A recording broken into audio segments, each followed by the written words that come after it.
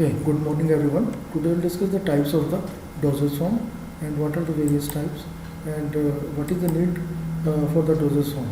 So definition we can define as, so dosage form are the means by which drug molecules are delivered to the site of action within the body. Right? So what is the need of the dosage form? So need of the dosage form is due to the accurate dose. So we can give the accurate dose, like if we require 300 milligram or 500 milligram, so it can be given as a tablet or capsules. Right? So second is your protection, example like your coated tablets and sealed ampoules. So for the protection from the atmosphere, so you can coat the tablets, or second example is ampoules which are sealed, right? So that are injectables. Then protection from the gastric juice, because some drugs are destroyed in the gastric juice as they are not stable in the gastric juice. Right? So for that protection we give them enteric coating. So the enteric coated tablets or that can be dissolved in the intestine. That is dissolved in the intestine. So we can use the various types of polymers like your cap, cellulose acetate phthalate. So that will dissolve in the intestine.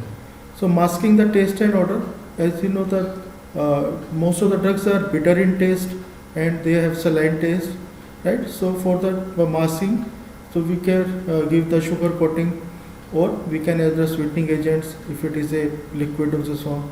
So like then placement of drug within the body tissues. Then sustained release medications. So sustained release medication means suppose you are taking 3 doses in a day, means 3 times you are taking tablets in a day. So instead of that, if you have to take means only 1 tablet, so that is your sustained release, means the 1 tablet will release the medicament required for the whole day or 24 hours. Then controlled release medications. So sometimes that release of the medication can be controlled at a particular site, like your stomach. It can be released at the stomach or intestine or in the colon. So that is known as the colon release medication. Like your floating tablet, that is released in the stomach, right? Then for the optimal drug action, then insertion of the drugs into the body cavities like your rectal and vaginal. So rectal suppositories and your vaginal passages are available. So that can be inserted into rectum and vaginal respectively. So use of the desired vehicle for the insoluble drugs. Then coming to the your type of dosage form, they are classified according to the route of administration and physical form, right? Means route of administration. So routes can be oral, by the oral route, then topical like your skin, right? Rectal route, parental route, then vaginal route, and inhalation, or it can be inhaled, ophthalmic route and otic route, or eardrops like your eardrops. Then physical forms, that is solid, semi-solid, or liquid. So coming first to the oral dosage form. So the commonly used oral dosage form is tablet. So tablet is a hard compressed medication in round, oval, or the square shape. Right? Compressed means it is made by applying the pressure in the tablet machines. So that is known as the compression. So excipients includes, first of all, what are the excipients? So excipients means they help in making the formulation. Means alone means the drugs cannot be given. It cannot be made in the formulation like your tablet and capsules. So alone drug we cannot use. So for that we need some adjuvants or additives. So that are known as the excipients. So like your binders, glidants. For binders only, suppose you are making the tablets. For making the tablets, you have to convert the solid into the granules.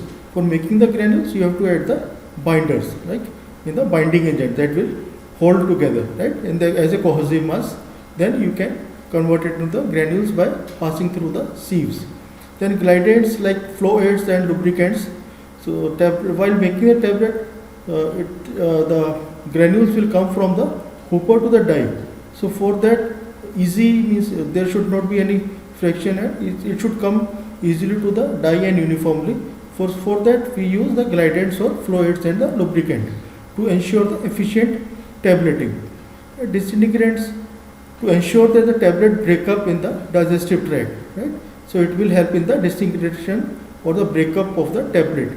So it is like your starch which swells and breaks the tablet. So sweeteners or the flavors to mask the taste of the bad tasting active ingredients. Then pigments to make the uncoated tablets very attractive. So we can use the various types of colors or pigments to make the tablet attractive.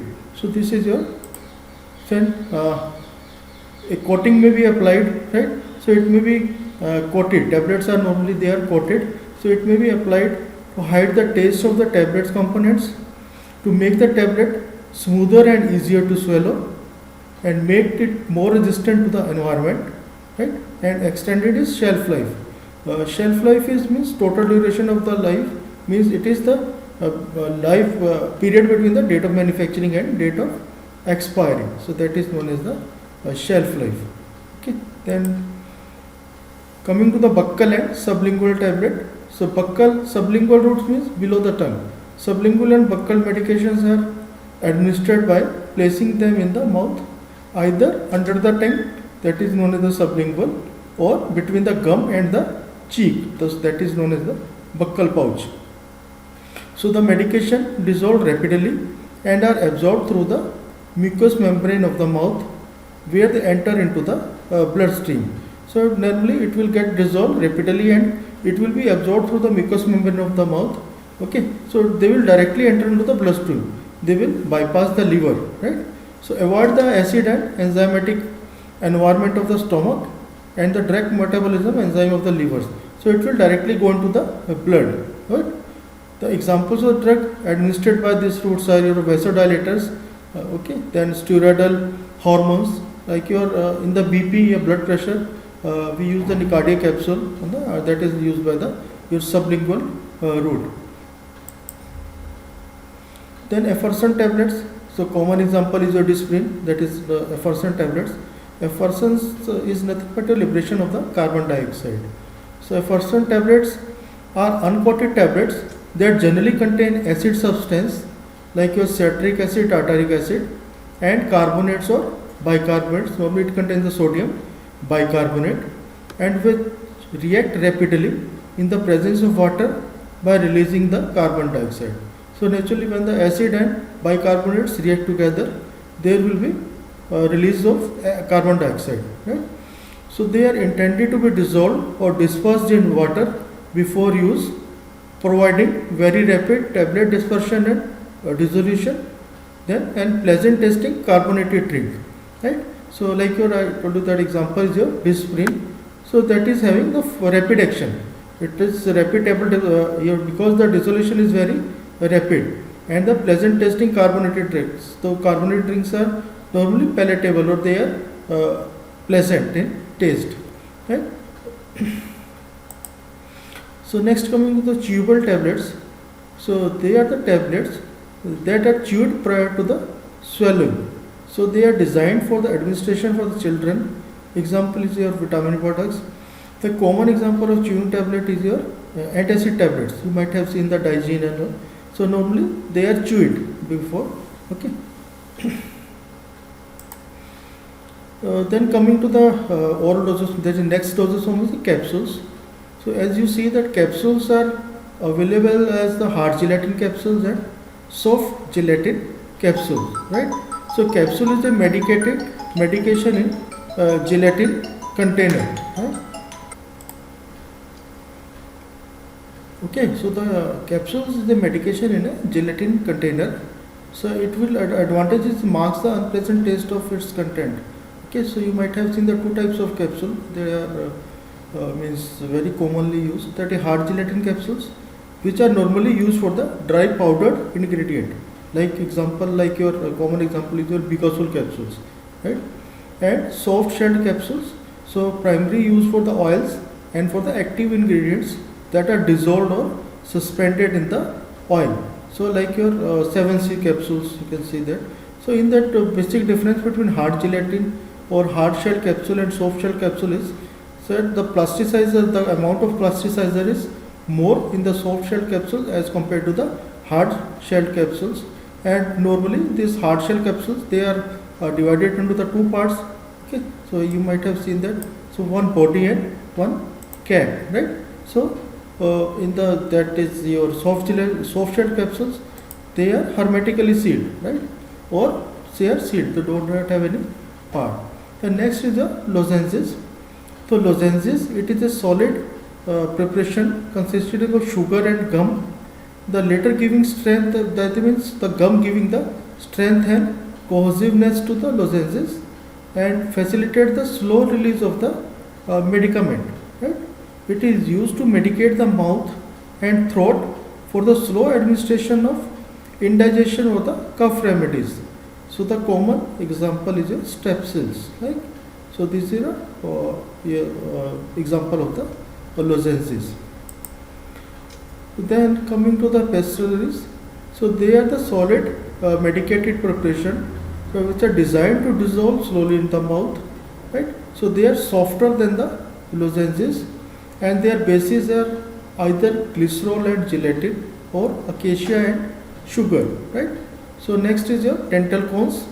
So tablet form intended to be placed in the empty socket, that is following a tooth extraction, for preventing the local multiplication of pathogenic bacteria associated with the tooth extraction. So normally when you extract the tooth, so the tablets are placed in the socket for the prevention of the, or they act as an antimicrobial or antiseptic, right? The cone may contain an antibiotic or an antiseptic. Right?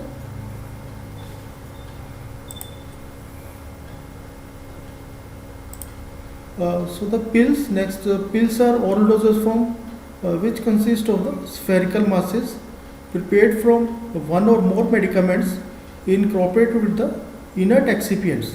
So pills are now rarely used, right? Because of the various disadvantage. Normally while preparing the pills, okay, because it gets hardened with the time. So it will be, means if it is very hard, then it will be not absorbed and it will be passed as such.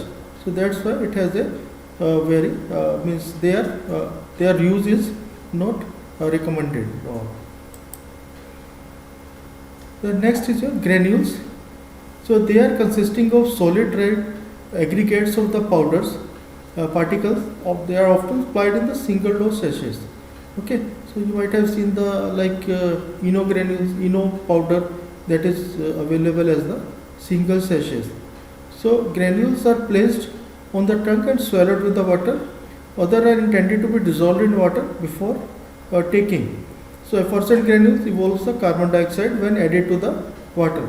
Like I told you, the example is your Eno granules. Right? Then coming to the oral powders.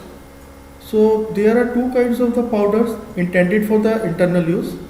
So bulk powder and divided powder. So bulk powders, these are the multi-dose preparation consisting of the solid, loose, dry particles of a varying degree of fineness. So they contain one or more active ingredients with or without the excipients and if necessary coloring matter and flavoring substance. So normally the bulk powders, so why do we use the powders instead of the tablet or capsule? Because if the large dose is required, okay, like 5 grams or 10 grams, then this bulk dose cannot be taken in the tablet form or the capsule form, because maximum type is weight of the tablet or capsule is normally 1 gram, right? So either you have to take the 5 tablet if the 5 gram dose is required, right? So for that we normally use the powders, so that can be dissolved and taken easily. That right? So usually they contain a non-potent medicaments. Potent and non-potent means potent medicaments in the aesthetics terms. If you call it that, but potent means if the dose is less than 1 grain or 65 milligram. So that is known as the potent medicament, right? If the dose is more than that, that is non-potent substance, right?